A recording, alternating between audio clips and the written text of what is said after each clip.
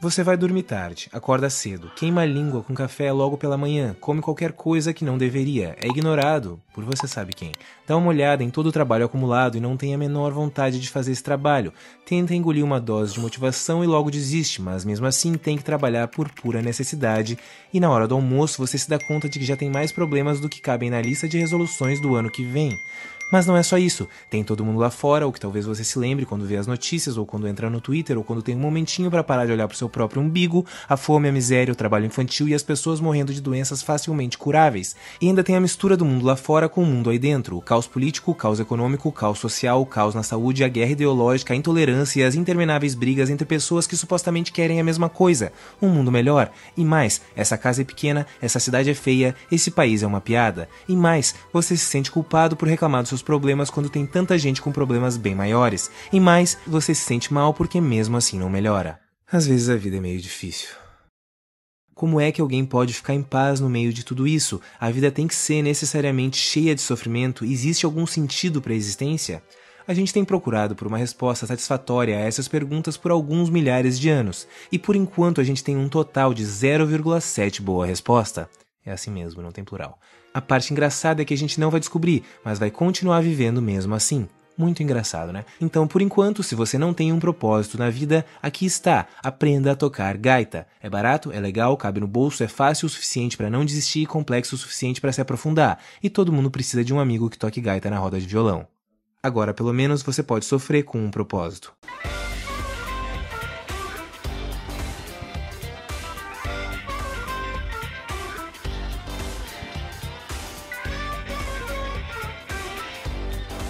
Enfim, teve um cara um pouco mais de 2 milênios atrás que ficou conhecido como aquele que despertou, ou simplesmente como a galera chama, Buda, que é de onde vem o budismo, que é de onde vem o nirvana, que às vezes é traduzido como iluminação, que é uma versão um pouco ocidentalizada do que seria mais bem descrito como libertação, mais especificamente libertação de samsara, que é basicamente o constante ciclo de morte e renascimento, ou ainda mais especificamente, aqui e agora. Resumindo, Nirvana é a libertação do sofrimento. Top, né? Mas então, como funciona isso? Pois é, aí que tá o problema. Como funciona isso? A gente não sabe exatamente. Tem a visão que é um pouco mais mística da história, que acredita que Nirvana é um caminho sem volta, no bom sentido. A partir do momento que Buda alcançou o Nirvana, ele viveu em constante paz pelo resto da vida. E tem a visão um pouco mais pé no chão, que acredita no que é mais provável. Buda entendeu alguma coisa que vai um pouco além do que a maioria entende sobre a natureza humana e passou o resto da vida tentando viver de acordo com essa percepção. Ele tem um ótimo tutorial para isso. 3 marcas da existência, que são comuns a tudo na vida. 4 nobres verdades, que ajudam a compreender o motivo da insatisfação e como acabar com o sofrimento, através do nobre caminho óctuplo, que são 8 passos para a vida ser suave. E aí o budismo se dividiu em 3 grandes escolas que não concordam muito entre si, o que acaba ficando complicado demais e tá todo mundo meio cansado e com pressa, então a gente não tem tempo para isso. De qualquer forma, o nirvana do budismo não é o único tipo de experiência subjetiva, inexplicável e transcendental. Existe o luminoso no cristianismo, moksha no hinduísmo, kevala no jainismo, ushta no zoroatrismo. Em termos mais recentes, existe a dissolução do ego, a saída da matrix, o estado alterado de consciência. Não são exatamente a mesma coisa, mas são, no geral, uma explicação racionalizada de alguma experiência abstrata demais para nossa linguagem, o que, por falta de compreensão, quase sempre acaba entrando no guarda-chuva da famosa espiritualidade. Mas esse tipo de experiência não é uma exclusividade da religião, o que muda é a explicação. Na verdade, a gente faz todo tipo de coisa para sentir essa mágica pulsando pela veia, às vezes sem nem se dar conta. Jejum prolongado, meditação, corrida, peregrinação, hiperventilação e, claro, a principal técnica de todas, substâncias psicoativas, ou como a gente chama no morro, drogas. Ayahuasca, cannabis, LSD, cogumelos, MDMA, enfim, e a iluminação. Pois é, então. Pois é. O primeiro problema que a gente tem com a ideia de iluminação é a ideia que a gente tem de iluminação. É comum que as pessoas pintem o budismo como uma religião totalmente racional, quase científica e que dispensa a fé. Mas se você acredita que existe um ciclo de morte e renascimento constante e acredita que Buda descobriu um jeito de sair desse ciclo, você precisa de muita fé. E se você acredita que você está no caminho da iluminação, talvez você precise de um pouquinho mais do que muita fé. talvez precise de um déficit neuronal. É como dizem, o que se faz depois da iluminação? Lava a louça, por favor, porque mesmo que você acredite que a iluminação é um nível superior de alguém superior que só os superiores alcançam, a vida segue. Depois da iluminação, ninguém sai deslizando por um arco-íris sobre um rio de tangerina, embaixo de um céu de diamantes, de onde caem pétalas de ouro, em plena paz de espírito e tranquilidade. Não, depois da iluminação tem conta para pagar, roupa para lavar e trabalho para fazer. A iluminação é só uma metáfora, só uma metáfora. Existem pessoas melhores e pessoas piores, com certeza, mas é mais complexo e tá todo mundo cansado e com pressa, então a gente não tem tempo para isso. Olha por esse lado, suponha que todos os seus problemas acabem, que você consiga acessar o seu sofrimento. Seria um momento interessante para de repente começar a pensar nos outros. Imagina que louco se as pessoas tivessem comida na mesa, acesso à água potável e todas essas coisas que meio que fazem a gente continuar acordando no dia seguinte. Da hora, né? E como a gente está bem longe disso aí, parece relativamente impossível, por enquanto, acabar totalmente com o nosso sofrimento. Não interessa o quão iluminado você seja ou acredite que é. Buda viu bastante coisa no seu tempo e, nossa, ele acertou muita, mas muita coisa. Só que independentemente do quanto ele tenha visto nas suas andanças, ele não viu toda a desgraceira que a gente consegue ver no mundo hoje em dia. Não porque as coisas pioraram de lá pra cá, mas porque o mundo era menor, figurativamente falando. Agora a gente tem acesso a cada canto do planeta em um segundo, e essa ampliação do mundo é um problema. O nosso cérebro não foi feito para ficar em processo de luto e sofrer pela morte dos Mamonas Assassinas, do Kurt Cobain, ou de qualquer artista que, por mais importante que tenha sido nas nossas vidas, nunca esteve nas nossas vidas, a não ser através da arte, que independentemente da morte deles vai continuar nas nossas vidas. A gente não foi feito para sofrer pela fome do mundo, é muita coisa para o nosso cérebro tribal e seria relativamente insuportável se a gente sofresse de acordo com a magnitude do problema. Então mesmo que a gente saiba do problema e ache ruim, a gente ainda se preocupa mais com o nosso corte de cabelo, com o último iPhone e com você sabe quem, que te ignorou mais uma vez.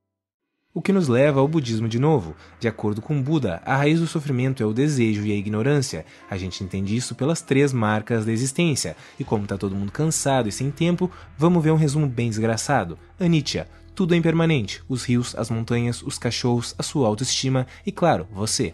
Dukkha, a impermanência das coisas faz com que a gente fique frustrado. A gente deseja uma coisa e aí ou não alcança e fica insatisfeito, ou alcança e pensa, ah tá, quero mais. E aí sai em busca de outra coisa. E aí ou não alcança e fica insatisfeito, ou alcança e pensa, ah tá, quero mais. E aí sai em busca de outra coisa e aí, entendeu, né?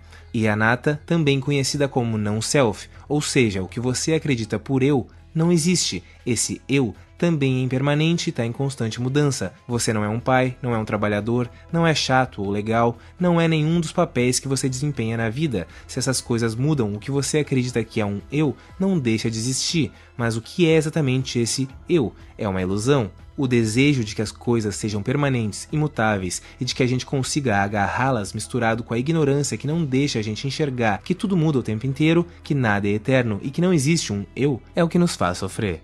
Ah, é mesmo? Genial, não existe um eu. Incrível, acabaram todos os problemas da vida agora. Tá todo mundo cansado e com pressa e a gente não tem tempo para isso.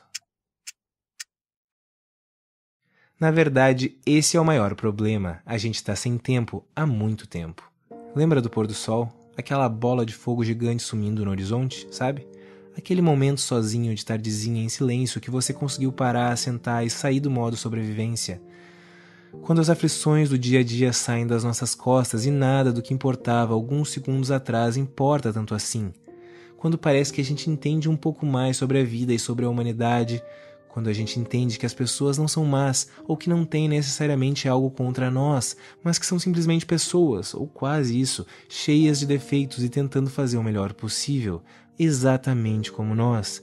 E aí a gente entende que está todo mundo no mesmo barco e mais ou menos com os mesmos problemas. A gente nota que o ódio é na verdade medo, que a agressividade é na verdade carência, que a ostentação é na verdade insegurança. A gente esquece por um momento breve essa ideia de que existe um eu e inclusive para de falar e até de pensar em algum eu a cada 5 segundos. Eu sou, eu tenho, eu vou, eu quero. A gente se sente parte de um todo, porque é isso que a gente é, parte de um todo. E a gente sente aquelas emoções que não sabe explicar direito, amor, compaixão, compreensão, porque por alguns instantes não existe uma divisão nítida entre o eu e todo o resto. Não dura muito, provavelmente até que alguém corte a nossa frente no trânsito, mas nem seria bom que durasse muito. Para começar, tudo é impermanente, lembra? E também, a gente precisa voltar a brincar de vida. A gente precisa de alguns reflexos um pouco mais apurados para sobreviver. Só que é bom guardar um pouco mais desse sentimento dentro do peito, e é bom que seja acumulativo, e é bom que a gente tenha mais tempo para mais momentos assim. Quem sabe quanto mais a gente veja a vida de fora, mais a gente entenda que, de fato, a vida é meio que uma brincadeira. Só que tudo isso ainda é a parte fácil, o difícil é internalizar esse sentimento e depois botar em prática. Como dizia Eric Hoffer, amar a humanidade é fácil, difícil é amar o nosso vizinho.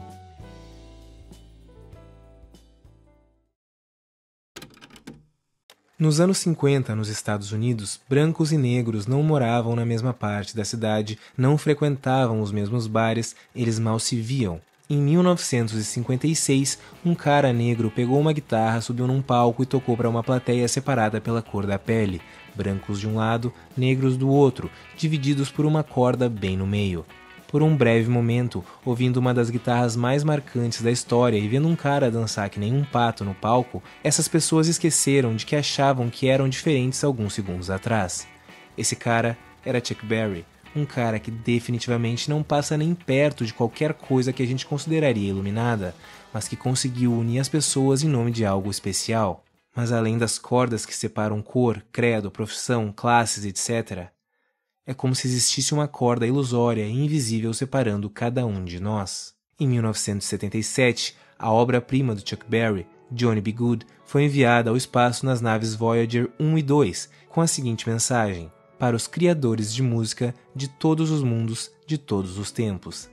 Não existe a menor dúvida de que a gente deveria estar mexendo o corpo, pulando, rebolando, ou como a gente gosta de chamar em humanês, dançando, muito mais. Alguma coisa acontece quando a gente ouve uma música que nos deixa tão livres quanto é possível ser, que faz com que a gente esqueça das prisões da ilusão do eu, que faz com que a gente vire uma massa amorfa de pessoas, que corta as cordas do nosso eu.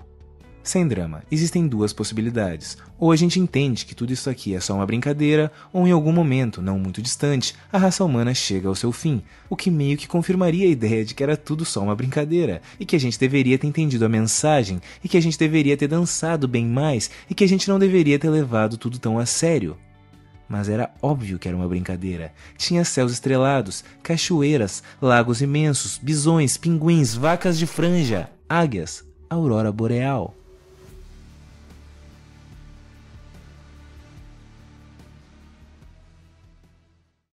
Talvez milhares de anos no futuro, alguma espécie de extraterrestre encontre uma das naves Voyager. Talvez, fascinados por Johnny B. Goode, eles decidam sair em busca da espécie que criou a música mais dançante do universo. Talvez, chegando à Terra, eles achem embaixo de escombros que restaram das civilizações que habitaram esse planeta, os resquícios do trabalho de um grupo de filósofos misteriosos de muito tempo atrás, que ficaram conhecidos como os Matadores. E nesses resquícios, uma única frase legível, definindo uma espécie que nunca soube se definir direito, que nunca entendeu direito o que era ou o que estava fazendo aqui, uma frase de uma espécie que seguia em constante descobrimento. Feche os olhos, limpe o seu coração, corte a corda. Somos humanos ou somos dançarinos?